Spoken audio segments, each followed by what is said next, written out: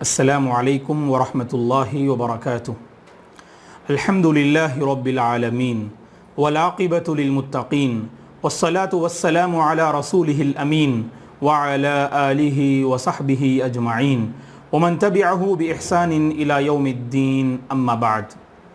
محترم ناظرین، صحت اور تندرستی کی قدر کیجیے، اس موضوع کے تحت چند باتیں ہم آپ کی خدمت میں رکھنا چاہتے ہیں۔ اس بات کو ہر کوئی تسلیم کرتا ہے کہ صحت اللہ کی ایک عظیم نعمت ہے۔ صحت اور تندرستی اگر کسی کو میسر ہو جائے تو یقیناً اس کی زندگی پرسکون ہوتی ہے۔ چین و سکون میں اس وقت خلل واقع ہوتا ہے جب انسان صحت سے محروم ہو جائے، بیماری میں مبتلا ہو جائے تو زندگی کا نظام درہم برہم ہو جاتا ہے۔ اسی لیے مذہب اسلام میں صحت اور تندرستی کی حفاظت پر بہت ساری تعلیمات دی گئی ہیں کہ ہر کوئی اپنے جسم اور اپنی صحت کا خیال رکھے اور ایسی چیزوں سے پرہیز کرے جو انسانی صحت میں خلل پیدا کرنے والی ہوں۔ اسلامی تعلیمات پر غور کر کے دیکھیں کہ اللہ تبارک و تعالیٰ نے زنا سے منع کیا، شراب نوشی سے منع کیا، نشہ آور چیزوں کے استعمال سے منع کیا، تمباکو، بیڑی، سگریٹ اور دیگر انسانی صحت پر خلل پیدا کرنے والی چیزوں سے انسان کو پرہیز کرنا چاہیے، ان سے دور رہنا چاہیے، کیونکہ اگر ان چیزوں کا استعمال کرتا ہے بندہ، تمباکو، بیڑی، سگریٹ اور نشہ آور چیزوں کا استعمال کرتا ہے تو انسانی صحت متاثر ہوتی ہے، اور جب انسانی صحت متاثر ہو جائیں تو بندہ اللہ کی بندگی صحیح طور پر بجا نہیں لا سکتا ہے۔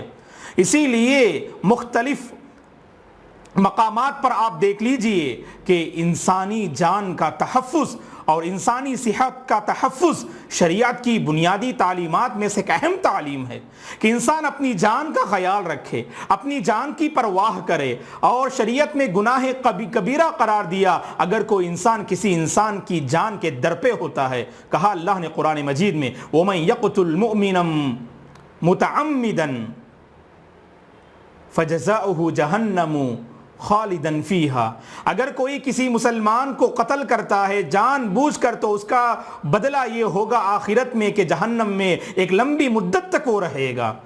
اور ایک دوسرے مقام پر فرمایا اگر کوئی انسان کسی دوسرے انسان کی جان کو اگر بچاتا ہے، اگر اس کے تحفظ کا سامان اگر فراہم کرتا ہے تو گویا کہ اس نے پوری انسانیت کو اس نے گویا کہ بچا لیا۔ وَمَنْ أَحْيَاهَا فَكَأَنَّمَا أَحْيَا النَّاسَ جَمِيعًا۔ تو صحت ایک اللہ کی بہت بڑی نعمت ہے دوستو، کہ انسان ایسی چیزوں کو استعمال نہ کرے کہ جس سے اس کی صحت متاثر ہو جائے، وہ بیمار ہو جائے یا اس کی جان ہلاکت کے در پہ ہو جائے۔ کہا اللہ نے قرآن مجید میں وَلَا تُلْقُوا بِأَيْدِيكُمْ إِلَى التَّهْلُكَةِ وَلَا تُلْقُوا بِأَيْدِيكُمْ إِلَى التَّهْلُكَةِ کہ اپنے آپ کو ہلاکت کے حوالے نہ کرو۔ وَلَا تَقْتُلُوا أَنفُسَكُمْ ایک دوسرے مقام پر فرمایا کہ اپنی جانوں کو قتل نہ کیا کرو۔ جان اللہ کے پاس انسان کی بڑی پیاری ہوا کرتی ہے، اور ہر انسان کے پاس اس کی جان بڑی پیاری ہوا کرتی ہے۔ اسی لیے اللہ کے نبی صلی اللہ علیہ وسلم نے فرمایا ان دماءکم واموالکم واعراضکم علیکم حرام، کہ انسان کی جان اور انسان کا مال اور انسان کی عزت دوسرے کے حق میں گویا کہ حرام قرار دیا گیا۔ صحت اللہ کی بہت بڑی نعمت ہے، اس کی حفاظت کرنا ہر مسلمان اور ہر انسان سے مطلوب ہے، اور اسی لیے ہر اس شے سے، ہر اس چیز سے آپ پرہیز کریں گے جو آپ کی صحت پر اثر انداز ہوتی ہوں۔ اور خاص کر 2020 میں ایک وبائی بیماری جس کا سامنا پوری دنیا نے کیا، جو کرونا وائرس کے نام سے ہم جانتے ہیں، اللہ تبارک و تعالی سارے انسانوں کی اس بیماری سے حفاظت فرمائے، اور جو اس بیماری میں مبتلا ہیں، اس کرونا وائرس میں مبتلا ہیں، اللہ تبارک و تعالیٰ انہیں شفاء کاملہ اور عاجلہ جو ہے نصیب فرمائے۔ آپ جانتے ہیں دوستو، جب بے حیائی عام ہونے لگتی ہے، جب اللہ کی نافرمانی لوگ کھلم کھلا کرنے لگتے ہیں، جب بے حیائی اور فحاشی عام ہونے لگتی ہے، تو اللہ کے نبی صلی اللہ علیہ وسلم نے فرمایا کہ اللہ تبارک و تعالی لوگوں کو وباء عام میں مبتلا کر دیتے ہیں، طاعون جیسے امراض میں اللہ تبارک و تعالی لوگوں کو مبتلا کر دیتے ہیں۔ تو ہمیں ایسے نازک گھڑی میں اللہ تبارک و تعالی سے رجوع کرنا چاہیے اور اللہ تبارک و تعالی سے صحت و عافیت کا مطالبہ کرنا چاہیے۔ اس نازک گھڑی میں کرونا وائرس کے اس نازک حالات سے ہم گزر رہے ہیں، اس موقع پر ہم میں سے ہر ایک انسان اس بات کو محسوس کر سکتا ہے کہ صحت اللہ کے پاس کتنی بڑی نعمت ہے، کہ صحت اللہ کے پاس کتنی بڑی نعمت ہے، اس چیز کو ہم محسوس کر سکتے ہیں۔ لہذا صحت کے حوالے سے ہم میں سے ہر ایک کو محتاط ہونا چاہیے اور ایسی چیزیں اختیار کرنا چاہیے کہ جو ہماری اپنی صحت کے لیے فائدہ مند ہو، جو ہمارے اپنے جسم کے لیے فائدہ مند ہو۔ ان تمام چیزوں سے پرہیز کرنا چاہیے اور دوسروں کو بھی آگاہ کرنا چاہیے جو انسانی صحت پر اثر انداز ہوں، جو انسانی صحت کے حق میں مضر اور نقصان دہ ثابت ہوں۔ اور اسی طرح اللہ تبارک و تعالیٰ نے رات بنائی ہے آرام کرنے کے لیے، اللہ تبارک و تعالیٰ نے رات بنائی ہے آرام کرنے کے لیے۔ وَهُوَ الَّذِي جَعَلَ لَكُمُ اللَّيْلَ لِتَسْكُنُوا فِيهِ، اللہ تبارک و تعالیٰ ہی نے رات کو بنایا اور رات کو پیدا کیا تاکہ تم اس میں آرام کر سکو۔ وَجَعَلْنَا نَوْمَكُمْ سُبَاتًا، اللہ نے قرآن مجید میں کہا ہم نے تمہاری نیند کو آرام کا ذریعہ بنا دیا ہے۔ وَجَعَلْنَا اللَّيْلَ لِبَاسًا، رات کو اللہ تبارک و تعالیٰ نے ایک لباس اور پردہ بنا دیا کہ ساری مخلوق رات میں آرام کرتی ہے اور نیند کے ذریعے سے انسانی جسم آرام محسوس کرتا ہے۔ میں نوجوانوں سے گزارش کرتا ہوں کہ رات میں گپ شپ کرتے ہوئے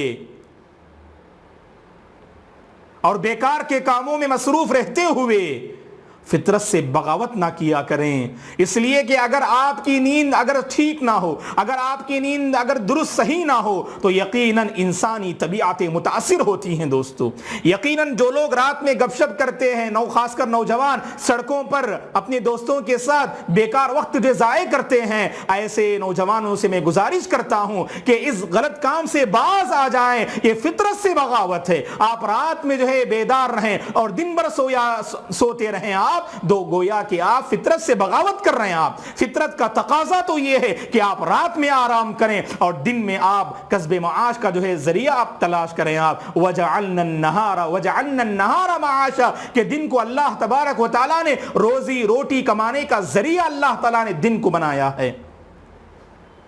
کیونکہ کتنے ایسے نوجوان ہیں جوانی کے مرحلے میں صحتیں متاثر ہو جا رہی ہیں، جانتے ہیں آپ اس کی ایک بنیادی وجہ رات میں صحیح طور پر آرام نہ کرنے کا نتیجہ ہوتا ہے، جبکہ پیارے حبیب صلی اللہ علیہ وسلم کی زندگی آپ پڑھ کر دیکھیں، اللہ کے نبی صلی اللہ علیہ وسلم عشاء کی نماز کے بعد آپ کسی سے بات نہیں کیا کرتے تھے، یہ ہماری نبی کی سنت ہے، اور رات کے آخری پہر نمازوں میں اور عبادتوں میں مصروف رہا کرتے تھے۔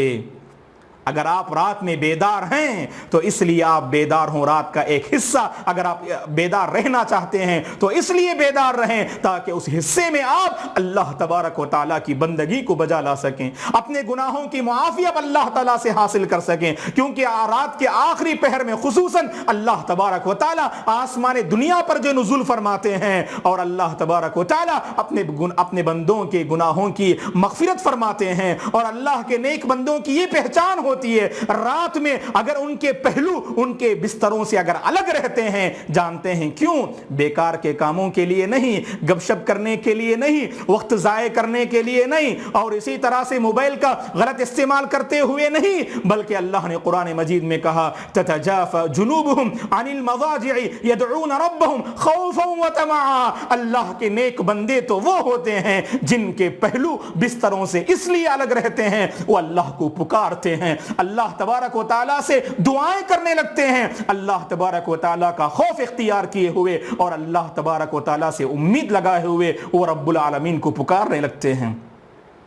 صحت کی قدر کیا کیجیے، خاص کر جوانی کے مرحلے میں نوجوان کے پاس صحت ہوتی ہے، تو لہذا صحت کو لے کر اپنے آپ کو بنانے کی فکر کریں، صلاحیت کو اختیار کرنے کی طرف محنت کریں اور کوشش کریں اور اسی طرح دوسروں کے کام آئیں. نوجوانوں، جوانی کے مرحلے میں انسان کے پاس صحت ہوتی ہے، دوسروں کے کام آئیں، خدمت خلق میں آگے بڑھیں، مجبوروں کی مجبوری دور کریں، ضرورت مند کی ضرورت پوری کرنے پر آگے بڑھیں، اور آپ کا جو ہے تعاون ہو سکتا ہے کیونکہ اللہ نے آپ کو صحت سے نوازا ہے. اور جوانی کے مرحلے میں اسی لیے خصوصاً عموماً لوگوں کی حالت یہ ہوتی ہے دوستو، جب صحت ملتی ہے تو اس کی ناقدری ہوتی ہے. اور اللہ کے نبی نے فرمایا صلی اللہ علیہ وسلم نے، نعمتان مغبون فیہما کثیر من الناس، صحیح بخاری کی حدیث ہے، عبداللہ بن عباس رضی اللہ عنہما راوی ہیں. الصحت والفراغ، دو نعمتیں ایسی ہیں کہ اکثر لوگ ان دو نعمتوں کے حوالے سے دھوکے کا شکار ہو جاتے ہیں. ایک تو صحت ہوتی ہے اور دوسرا خالی وقت. خالی وقت کو انسان بیکار کر دیتا ہے، اور جب مصروفیت آتی ہے تو انسان سوچتا ہے کاش اس فارغ وقت میں اپنے آپ کو تیار کیا ہوتا تو کتنا بہتر ہوتا.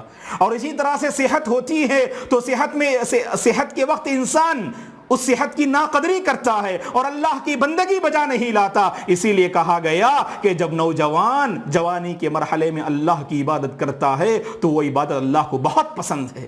جوانی کی عبادت اللہ کو بہت پسند ہے. اور کہا اللہ کے نبی صلی اللہ علیہ وسلم نے، سبعۃ یظلھم اللہ فی ظلہ یوم لا ظل الا ظلہ، کہ 7 ایسے خوش نصیب ہیں جنہیں اللہ تبارک و تعالی قیامت کے دن اپنا سایہ نصیب فرمائیں گے. ان میں سے ایک آپ نے فرمایا، شاب نشأ فی عبادت اللہ، وہ نوجوان جس نے اپنی جوانی کو اللہ کی عبادت میں پروان چڑھایا ہو. کتنے نوجوان ہیں جو جوانی کے مرحلے کو اللہ کی عبادت میں گزارتے ہوں. گزارنا چاہیے کیونکہ جوانی میں صحت ہوتی ہے دوستو. اور اسی طرح سے اللہ کے نبی سے سوال کیا گیا، ای الصدقۃ افضل یا رسول اللہ، اے اللہ کے رسول سب سے بہترین صدقہ کون سا ہے؟ تو اللہ کے نبی نے کیا فرمایا صلی اللہ علیہ وسلم نے، ان تصدق وانت صحیح شحیح تعمل الغنا وتخشى الفقر. اللہ کے نبی نے فرمایا سب سے بہترین صدقہ تو وہ ہے تم اس حال میں صدقہ کرو کہ تم صحت اور تندرستی کی حالت میں ہو اور تمہیں مال جمع کرنے کی حرص تمہارے اندر موجود ہو، مالداری کی امید کرتے ہو اور محتاجی کا تم خوف کرتے ہو. ایسی حالت میں اگر تم صدقہ کرتے ہو تو اللہ کو یہ صدقہ بہت پسند ہے. تو صحت کی قدر کیا کریں. پیارے حبیب صلی اللہ علیہ وسلم نے فرمایا، صحتک قبل سقمک، بیماری آنے سے پہلے تندرستی کی قدر کیا کرو، تندرستی کو غنیمت جانو. اگر صحت کی قدر و قیمت اگر جاننا چاہتے ہو تو ان لوگوں سے پوچھو صحت کیا نعمت ہوتی ہے.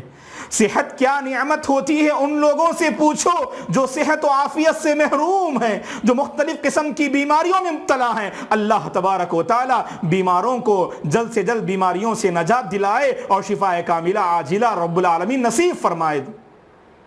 ان لوگوں سے پوچھو جنہیں سجدہ کرنا نہیں آتا، جنہیں صحیح طور پر نماز ادا کرنا نہیں آتا. ان لوگوں سے پوچھو کہ صحت کتنی بڑی نعمت ہے. اللہ نے ہمیں اتنا موقع دیا ہے کہ ہم اپنے سر کو زمین پر رکھ سکتے ہیں اور اللہ کی عبادت بجا لا سکتے ہیں. اس کو غنیمت جانیے دوستو اور صحت میں اللہ کی بندگی کو بجا لائیے. دعا ہے کہ اللہ تبارک و تعالی ہم میں سے ہر ایک کو صحت و عافیت کی قدر کرنے کی توفیق عطا فرمائے. صحت و عافیت کے مرحلے میں اللہ کی بندگی کو بجا لانے کی توفیق عطا فرمائے اور اس صحت کے مرحلے میں دوسروں کے کام آنے کی توفیق عطا فرمائے. ان تمام چیزوں سے بچنے کے اللہ ہمیں توفیق عطا فرمائے جو ہماری صحت کو متاثر کرتی ہوں، اور ایسی چیزوں کو اپنانے کی رب العالمین توفیق عطا فرمائے جو ہماری اپنی صحت کے لیے مفید ہوں. آمین. جزاکم اللہ خیرا والسلام علیکم ورحمۃ اللہ وبرکاتہ.